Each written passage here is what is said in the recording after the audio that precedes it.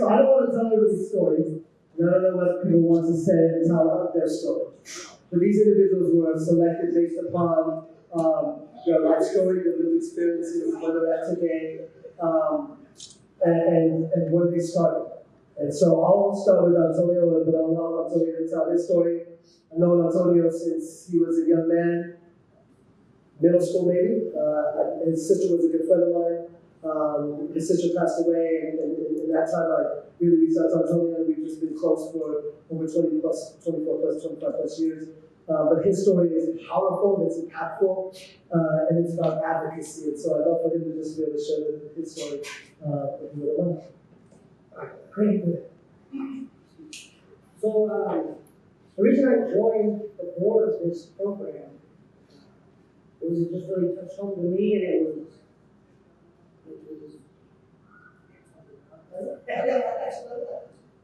hard to share this type of stuff. So like, without people, like would say, without programs out there when I was a kid, I don't know where I would be in my life. Because I was Justice Engaged, I was expelled from school, and there was no path, right? People who just were caring and had just a love in their heart to say, hey, this isn't the end for you. It's a harder journey now, but you can do it. And so thankfully, I was able to get back into school. I had to go through Emerson Street School first, then back into North. I was able to get into college, go to Regis University, bachelor's degree, master's degree. Now I work at a bank. It was like, because people like this who did stuff for me, I gotta give back too. So that's really why I wanted to be part of this. I want to keep being engaged in the community, and I want to help kids like me, when they go through stuff that I was. Give us a round of applause. I'm a West Sider. He's a North Sider. But it's and I worked at North High School, and if you don't mind, his sister Alondra was killed by a drunk driver, and Antonio was young in high school, right? And you've got to imagine when a death or trauma happens in your community in such a sudden way, how that impacts a young person. And Antonio, when you think back to those moments, it seemed easier for the school to push you out than to keep you in. Talk a little bit about that.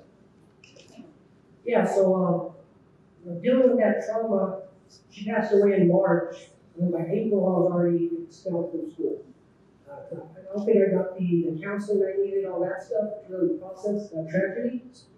So then, I lit a fire at school. I think it was kind of my way to get the anger out of it.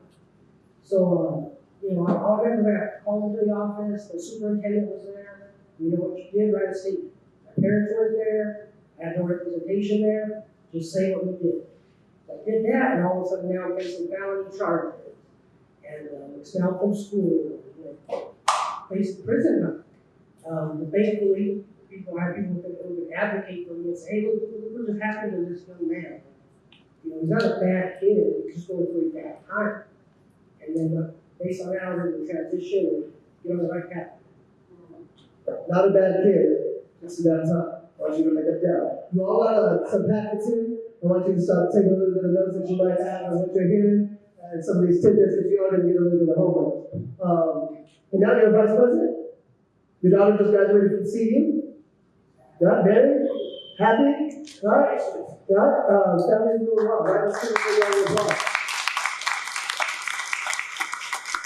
I'm sure he's given more than $20,000 tax revenue to the state of Colorado for his career, right? So that's what we're talking about, the economic benefits. Alondra, how are you doing that? Would you please introduce yourself to the group? I'm Alondra. So I have a little paragraph in my phone. So I think this paragraph is kind of Lifeline family, making changes in the community as well as giving back to the community. Growing up wasn't easy, many things kind of all of a sudden happened all at once. At a young age, trying to figure out all the emotions and what's ahead of the future. That's when Lifeline came into my life. The Lifeline Colorado program has given many opportunities and chances to make an impact on young people and many more, as well as helping me emotionally with all the things I've been through. With the time I've been with Lifeline, it's always been about togetherness and creating lasting change for the future. I've been more than committed to helping the community and the youth and families. It's incredible to see the difference we're all making with youth in the community, and I'm so grateful to be a part of Lakeland, Colorado's mission. So, thank you all for being here today. And,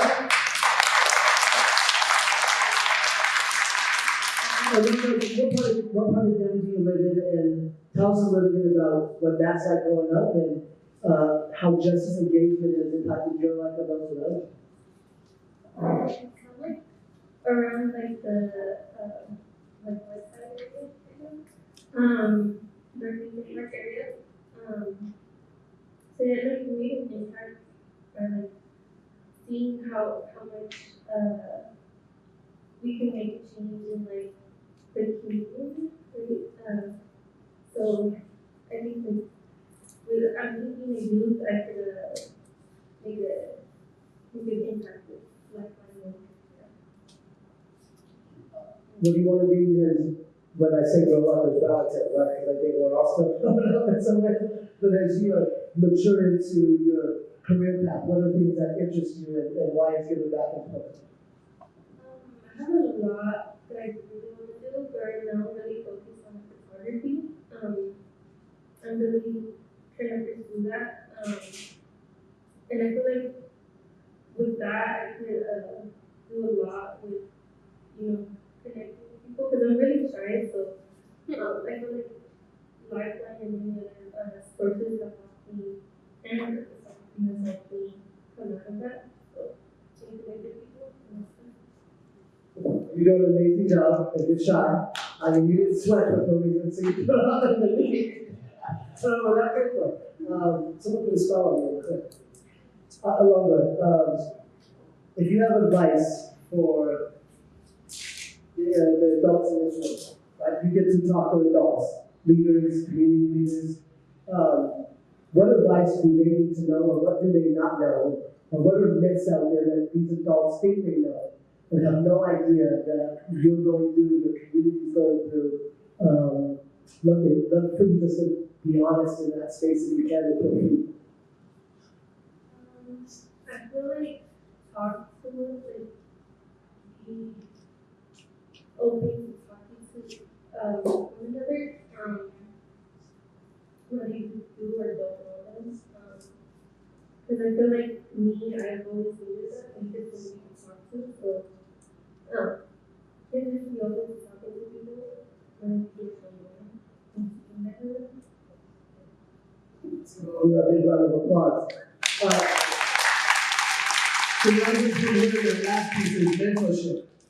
We need more adults to mentor more people is what I'm hearing from that piece, right? Advocacy, mentorship. As we get to Wendy, and then I'll share why mentorship is so important when we get back to this end. Everyone, I want you to think of what would be your hashtag, your own personal hashtag. If you had to think of what you would go online right now, and, McBride is probably hashtag J Money. Jay Washington is, hashtag Game Silva. I don't know. I was just playing. So I want to introduce you to hashtag Crime Stopper Mama. Thank you all so much for being here. I started out in the alternative school community about 30 years ago at a place called University School. And we just kind of took kids in regardless, right? We assumed that there were all sorts of challenges they were facing, and being Justice Engaged was probably one of those. And we just moved on from there about what they needed. And that was before the day when there was a lot of alternative schools, and it was a more normal thing for districts to have an alternative school. And then the reason I use Crime Stopper's mom is because I got a call from one of my friends on a beautiful day like today, and she said, I love you, right? And I was like, oh dear. She said, well, I know you're working while I'm watching TV, and I think you should turn to Crime Stopper's Channel 7 and watch the video, and I'll just be here right with you on the phone. And so I did, and sure enough, it was my son and his friends that the authorities were looking for. And that resulted in my son being charged with 4 felonies. And because I turned them in and we got going with the process, it kept him from being locked up. But what I found at that point is I was really relying on my privilege, on my social network. I'm going to shout out Christy Milker, who is here. She was one of my kids at the street school many moons ago, and she's been a probation officer and works for Child Protection Services now. She was one of the people that I called and said, okay, what do I do now? I don't really understand what this process is. I don't really know what I should be doing as a parent. Where is my kid going to go to school? I called up my friends in the education community.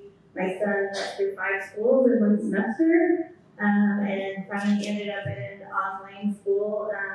He either was labeled when he went to a school, or he didn't get the services that we were asking for him. We just went through a divorce, that moved across country. And I realized at that point how difficult it was for parents on the other side of the table to figure out what was supposed to happen next when your kid gets in trouble. And I thought, I don't want any other parents to be going through this because it was really rough. I'm thankful to be reporting, and thanks to my husband who stood in the gap a lot with my son, we're blended family. My son is doing fine now. He's had a military career, been deployed, and he's going to college now. But it was a long time. It took a long time to get things back on track with him, and it was very difficult. And I really don't want other parents going through that. And so there was a Justice Engaged Grant that came out from the AG's office in 2020, and it was specifically designed for this reason.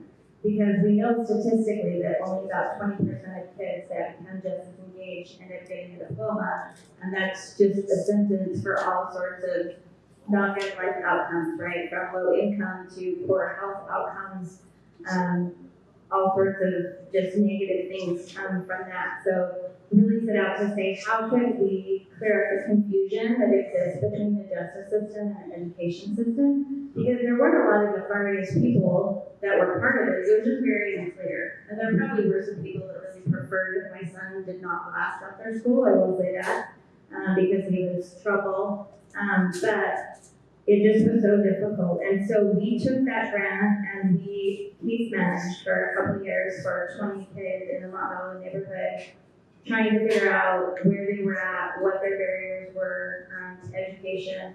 Donna, with her special ed background, was a big part of that. And we were able to really help those students move through. My husband mentored a lot of them. And we really kept running into the same thing over and over, right? Like, no call back from the school, who do you call the school not being sure who was supposed to be in charge of this. Credits that were kind of all over the place because of, the school disruption that had happened. Kids unclear of what it took for them to graduate. And so we kept running into these things over and over, families not understanding what was happening in the legal system.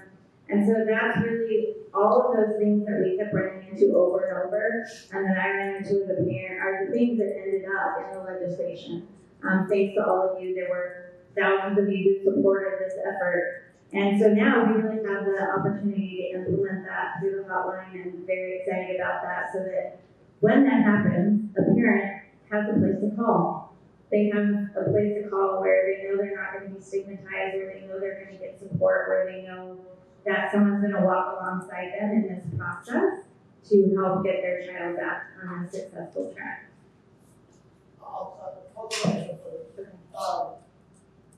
As a white woman, privilege, I should So, we all should want for others what we want for ourselves, right? I mean, do unto others as you would have others do unto you, is a rule that I try my best to live by. And so, what I found in my PhD work after that is I was able to sit down and do educational journey mapping with several students and then a member of their family. And we talked through what had happened in her journey from grades, kindergarten on, and where they were now. And what is really, really evident throughout that map is that there's so many places where kids and their families were undercapitalized, right? Whether it was economic capital, social capital, cultural capital, they just didn't have what they needed to draw on. And we have the opportunity to change that. The people are sitting here and they're like, I don't know, Justice Engaged, like, why? We talked about the revenue benefits, we talked about the community benefits, but we need to probably have one in Ryan, we need to probably have one in 50 people, people live in their house, we talk about this, whatever. I don't know what the number is. That's all, right? Absolutely. Yeah. Every life matters. Let's give Wendy a big round of applause. And so just my story, I grew up here in West Denver, the Sun Valley and North Lincoln projects. My father was murdered when my mother was pregnant. With my twin sister and I found my mother's girlfriend dead of a drug overdose when I was 4 years old. And then I became a victim of the summer violence. I survived the murder with my 12-year-old friend did not. The gun was put to my chest, and from my chest the rest and one shot was fired. And so my first year in high school, I was sent in a murder trial, in between a conflict between two quick gangs in the east side, and I was this Afro-headed black Mexican from the west side, trying to navigate itself and figure it out. And DPS failed me. They failed me, they didn't have the systems in place to allow me to finish school and matriculate and figure it out.